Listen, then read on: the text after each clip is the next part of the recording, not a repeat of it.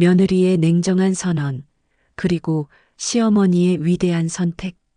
오늘 여러분께 들려드릴 이야기는 한 가족 안에서 벌어진 가슴 아픈 사연입니다. 며느리의 충격적인 발언과 그에 맞서는 시어머니의 상상조차 할 수 없는 결단. 과연 이 가족에게는 어떤 일이 있었을까요? 이야기 속으로 함께 들어가 보시죠. 이 이야기는 비단 한 가족만의 문제가 아닐 수도 있습니다. 현대 사회에서 가족이라는 이름 아래 벌어지는 수많은 갈등과 오해, 그리고 그 속에서 피어나는 진정한 의미를 찾아가는 여정일 수도 있습니다. 우리는 종종 혈연이라는 굴레 속에서 당연히 기대해야 할 것들을 놓치고 진정으로 중요한 가치를 간과하기도 합니다. 오늘 이 사연을 통해 여러분 각자의 가족에 대한 정의와 의미를 다시 한번 되새겨보는 귀한 시간이 되기를 바랍니다. 잘 정돈된 거실에는 은은한 꽃향기가 감돌고 있었습니다. 언뜻 보기에 너무나도 평화롭고 이상적인 가정의 풍경이었죠.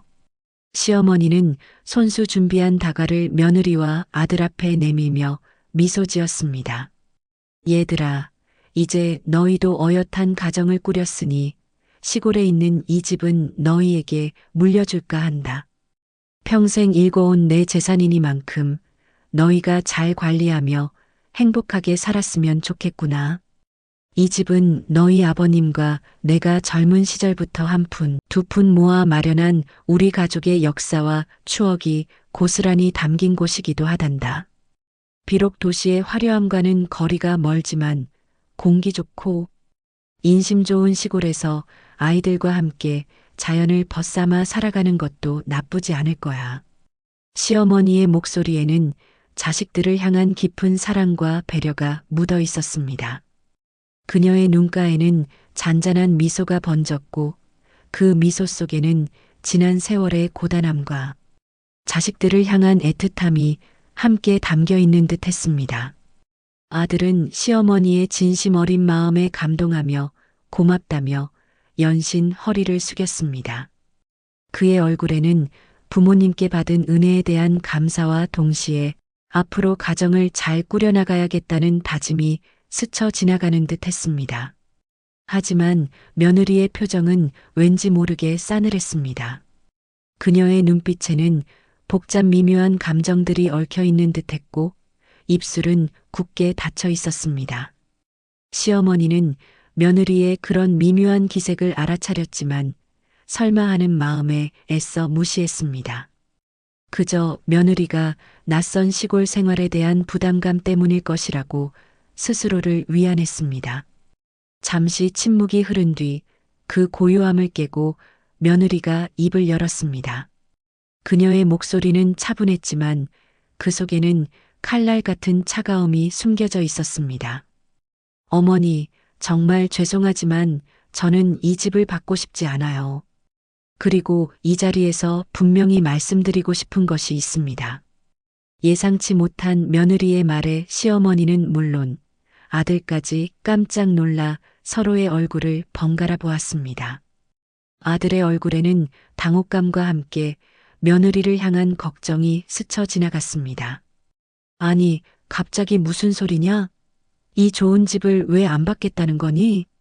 그리고 하고 싶은 말이라니, 그게 대체 무슨 말이니? 시어머니가 당황한 기색을 감추지 못하고 묻자 며느리는 조금의 망설임도 없이 오히려 더욱 차갑고 단호한 목소리로 말을 이었습니다. 그녀의 시선은 시어머니의 눈을 똑바로 응시하고 있었고 그 눈빛에는 어떤 감정의 동요도 찾아볼 수 없었습니다. 마치 미리 준비해온 대본을 읽는 듯 기계적이고 냉정한 말투였습니다.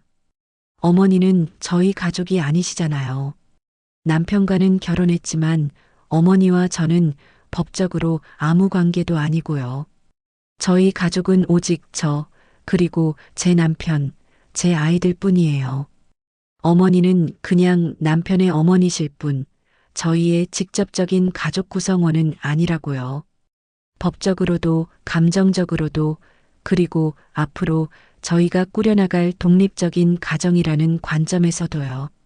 저희가 어머니의 집을 받게 되면 그것은 저희 가족의 자주성에 대한 침해이며 어머니의 그림자 아래에서 벗어나지 못하는 듯한 느낌을 줄 것 같습니다.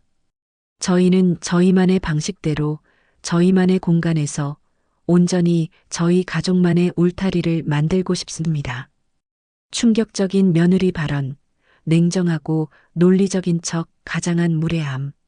그 말을 듣는 순간 시어머니의 세상은 산산조각 나는 것 같았습니다. 맑게 갠 하늘에 갑자기 날벼락이 떨어진 듯한 충격이었습니다. 며느리의 입에서 나온 말이라고는 도저히 믿을 수 없는 날카로운 비수 같은 말들이었습니다.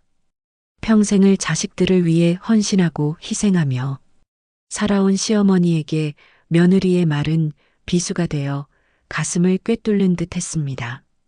그녀의 얼굴에서는 핏기가 사라졌고 손에 들고 있던 찻잔은 그대로 바닥에 떨어져 산산조각 났습니다. 파편들이 흩어지는 소리만큼이나 시어머니의 마음도 갈기갈기 찢겨지는 듯 했습니다.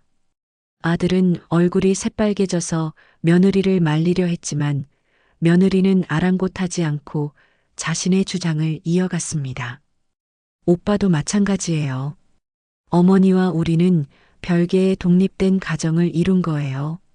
이제는 오빠도 독립적인 가장으로서 저희 가족에게 집중해야 한다고 생각해요.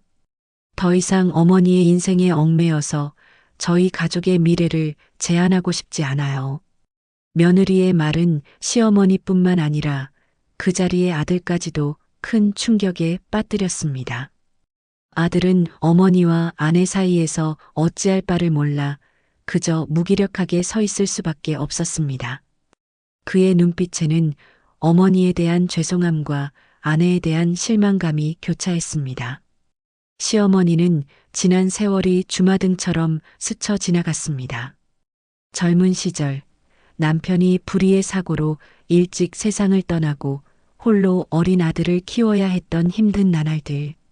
그 당시 시어머니의 나이는 겨우 33이었습니다. 청춘을 고스란히 바쳐 오직 아들 하나만을 바라보고 살았습니다. 남편의 유산이라고는 작은 시골집 한 채와 얼마 되지 않는 농지가 전부였습니다. 남들은 재혼하여 새로운 삶을 시작하라고 권유했지만 시어머니는 굳건히 마음을 다잡았습니다. 내 아들만큼은 아버지가 없다는 소리를 듣지 않게 하리라. 남들 부럽지 않게 훌륭한 사람으로 키워내리라. 그녀는 곱게 자란 몸으로 온갖 굳은 일을 마다하지 않았습니다. 새벽부터 밤늦게까지 밭일을 하고 장터에 나가 작은 채소 가게를 운영하며 한 푼이라도 더 벌기 위해 몸을 혹사했습니다. 손마디는 굵어지고 얼굴에는 깊은 주름이 패였지만 아들이 무럭무럭 자라는 모습만 봐도 힘든 줄 몰랐습니다. 남들 다 하는 여행 한번 가본 적 없고 옷 한 벌 제대로 사입지 못하면서도 오직 아들 하나만 보고 살아왔습니다. 아들이 고등학교를 졸업하고 대학에 입학했을 때는 세상 다 얻은 듯 기뻤습니다.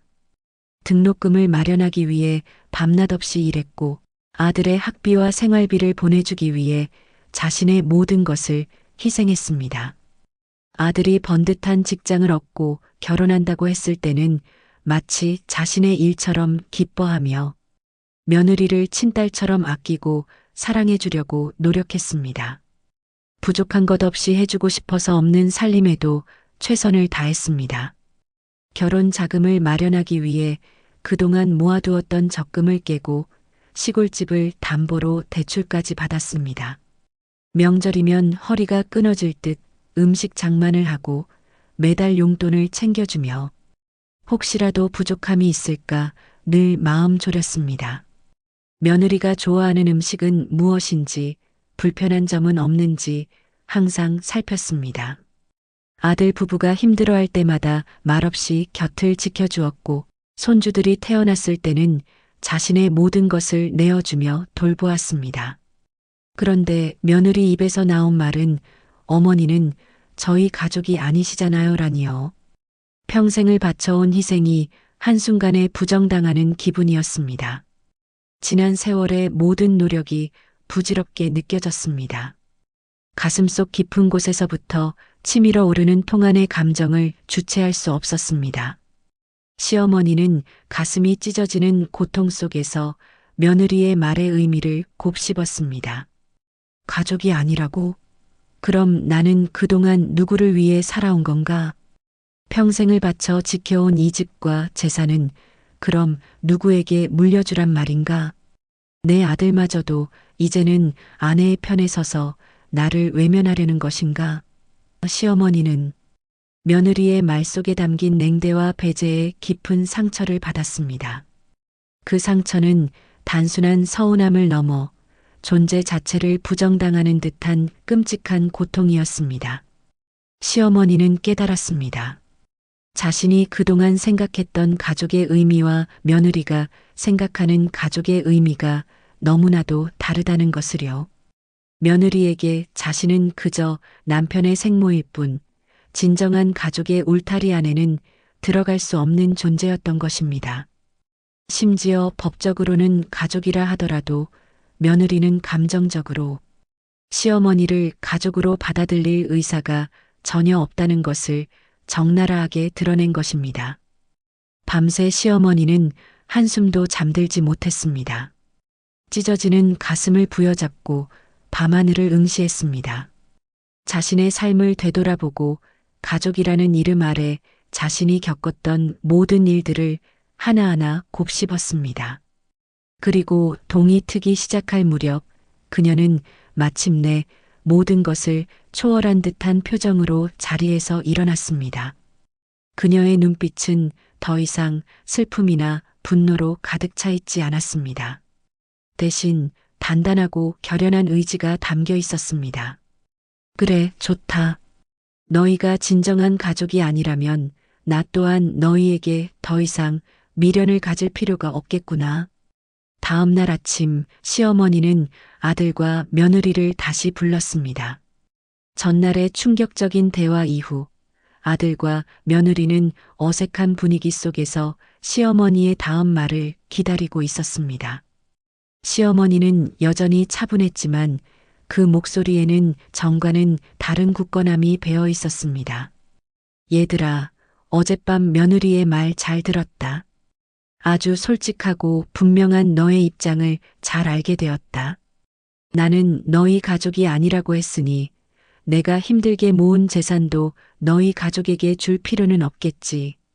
더 이상 너희에게 짐이 되거나 너희 가족의 독립성에 방해가 되고 싶지도 않다. 시어머니는 비장한 표정으로 말을 이었습니다. 그녀의 시선은 며느리를 향해 있었지만 그 눈빛은 더 이상 원망이나 서운함으로 물들어 있지 않았습니다.